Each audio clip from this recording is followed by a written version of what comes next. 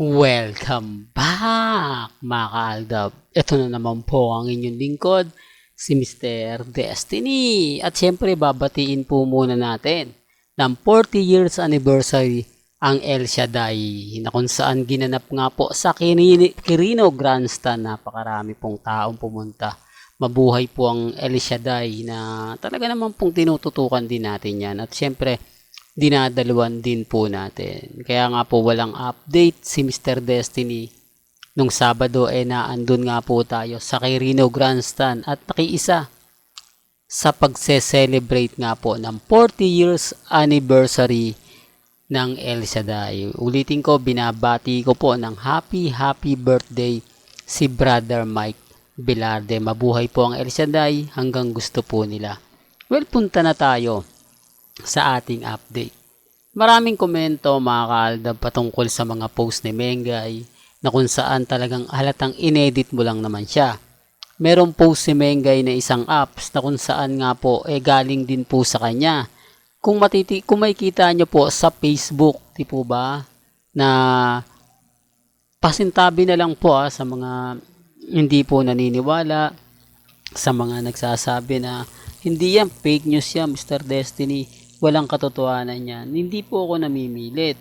Lagi ko naman pong sinasabi sa inyo yan at pinapaliwanag. Ang sa akin lang po, wala naman pong pilitan, di po ba? Kasi may kanya-kanya po tayong opinion, may kanya-kanya po tayong pananaw. Ang sa akin lang naman po, nagbibigay lang po tayo ng update. Kaya hindi nyo po pwedeng sabihin na lahat po ng mga nasasagap at ibinibigay kay Mr. Destiny ay hindi totoo.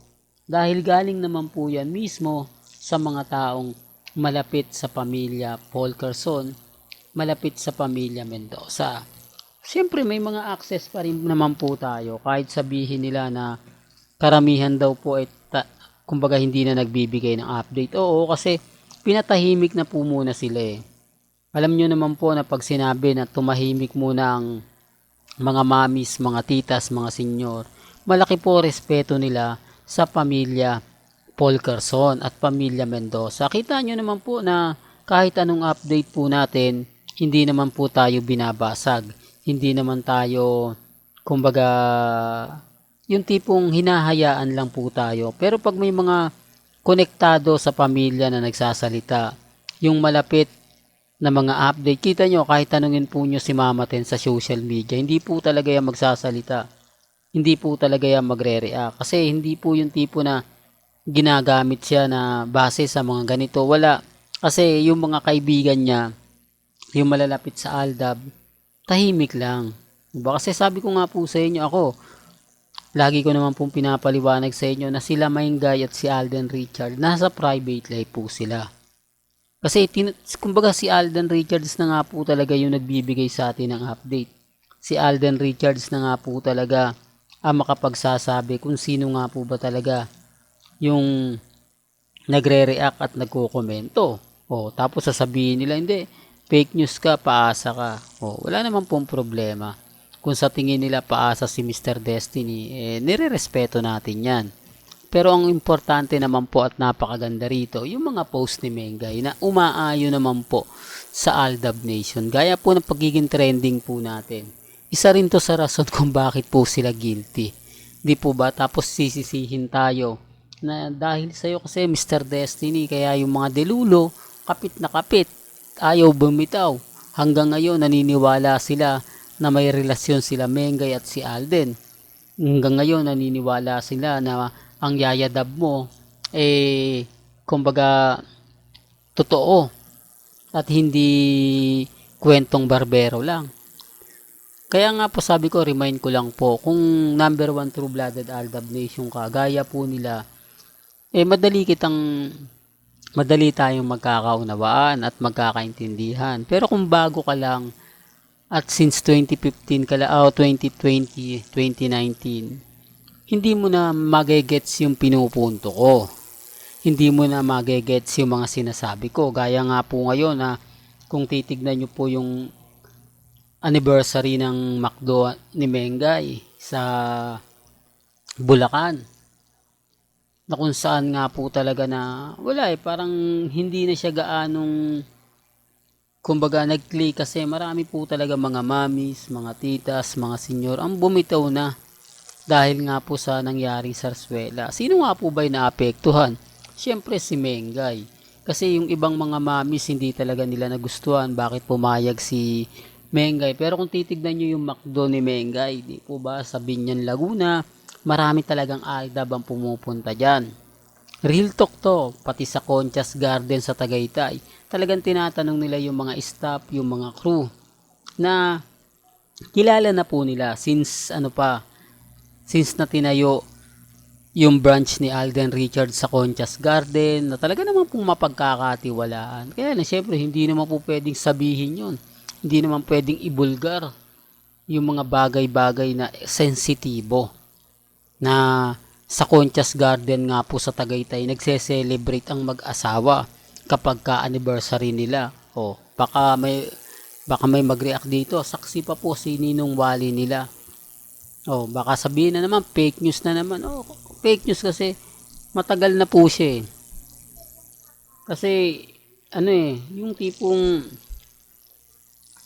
alam niyo na mga kaaldab, tipong mapapaisip ka na oo nga Mr. Destiny kasi alam ko yan kasi ganto ganyan si Wally. Oh, lahat naman po kasi ng ina-update ko, sasabihin lang nila inedit ko.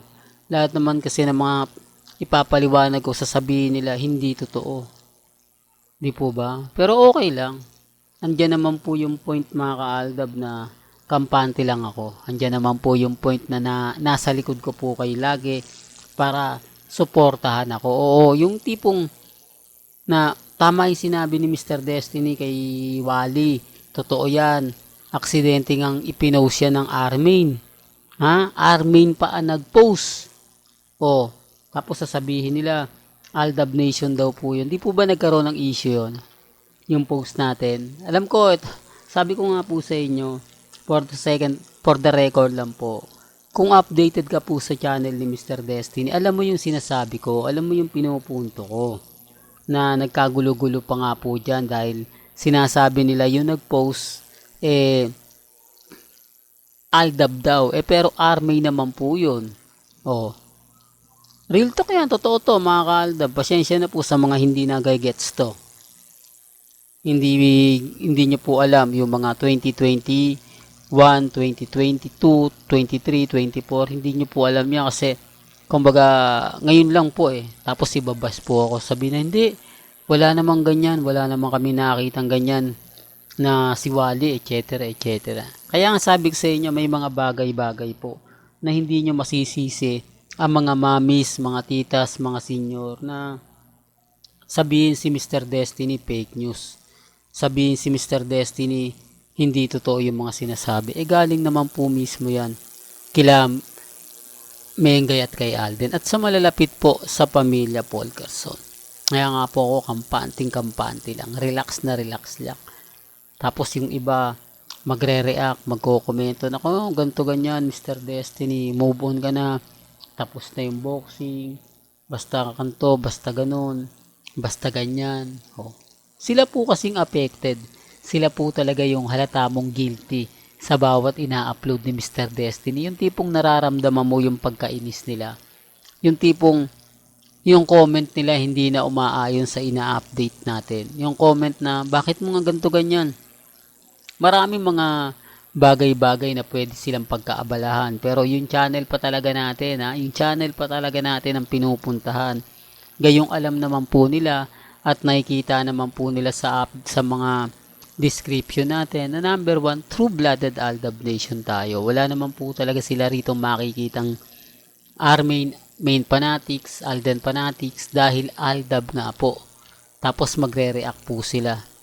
Well, may kanya-kanya tayong opinion at pananaw. Hanggang dito na lang po ang ating latest updates. Kaya kung gusto nyo pa po ng pinaka-latest at sariwang update, abay tumutok lang po kayo dito po sa channel ni Mr. Destiny para updated po kayo sa mga latest at sa mga bagong video po na ilalabas po natin maya-maya lang. Hanggang sa muli, salamat po sa panonood at pakikinig.